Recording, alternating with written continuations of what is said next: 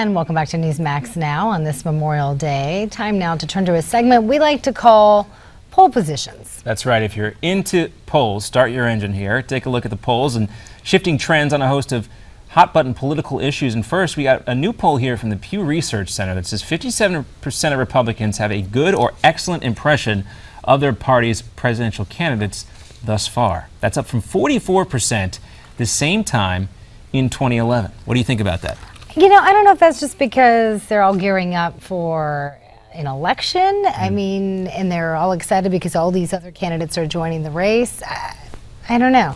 We can go into the weeds and look at who has actually a declared candidate, who is not a declared candidate. But when you think about the 2012 presidential election cycle, Mitt Romney, Newt Gingrich, Rick Santorum, Tim Pawlenty there in the very beginning, Michelle Bachmann. But when you see this, you know, also you had Rick Perry. We have a huge number of people joining the race. But you've got the likes of Ben Carson jumping in this time, who is a political outsider, and he is immensely popular. Exactly, I was going to bring that up. Immensely popular here in the early running because he is bringing a different approach to the campaign. Will that change? I think a lot of folks are excited by his entry. Rand Paul is a very popular person. Kind of taking more the libertarian view of that.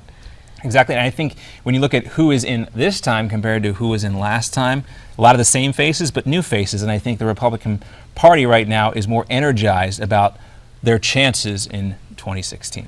I mean, how many candidates do we have now? And we have a lot. I think we have 6 officially declared, but that could change any moment. Were you surprised about the straw poll that Ben Carson leading the pack there? I was a little bit surprised at first, but then you think about it, and talking to a lot of Republican voters, they are very excited, and you just drive down the street. I think out of everybody, I haven't seen any bumper stickers for anybody except Ben Carson.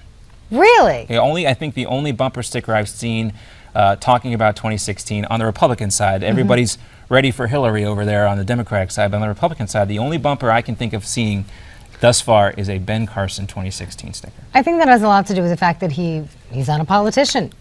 You know, when I talk to people, they're like, oh, he seems like such a nice man, and he's so smart, and he's so accomplished.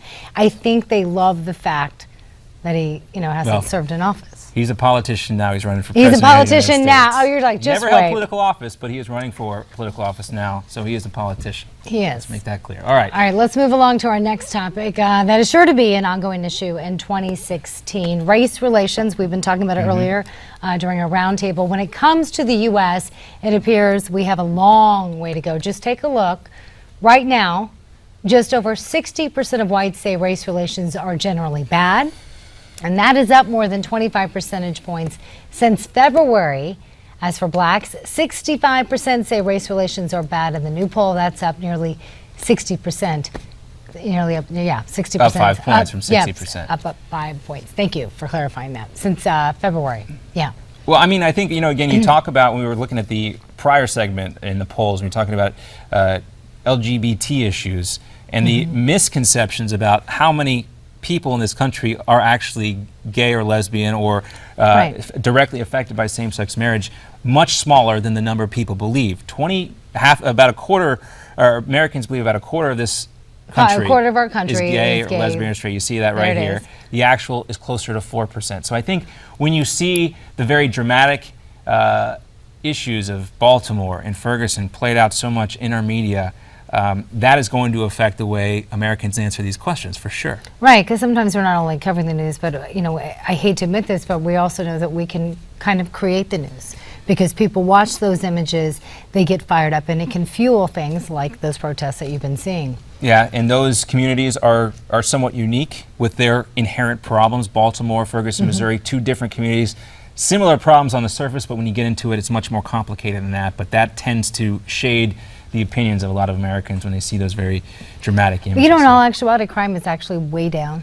Way down. Well, that's according to the FBI statistics, yeah. It's down like, I believe, 60%. We'll try to give you that poll here soon. Statistics, always an interesting thing. Now, President Obama, speaking of interesting statistics, his favorability rating is up. According to Gallup, the president now stands at 53% favorable rating, up 4 points since March. It's the best showing for the president since September of 2013. And I have to say, I'm not at all surprised by this. No?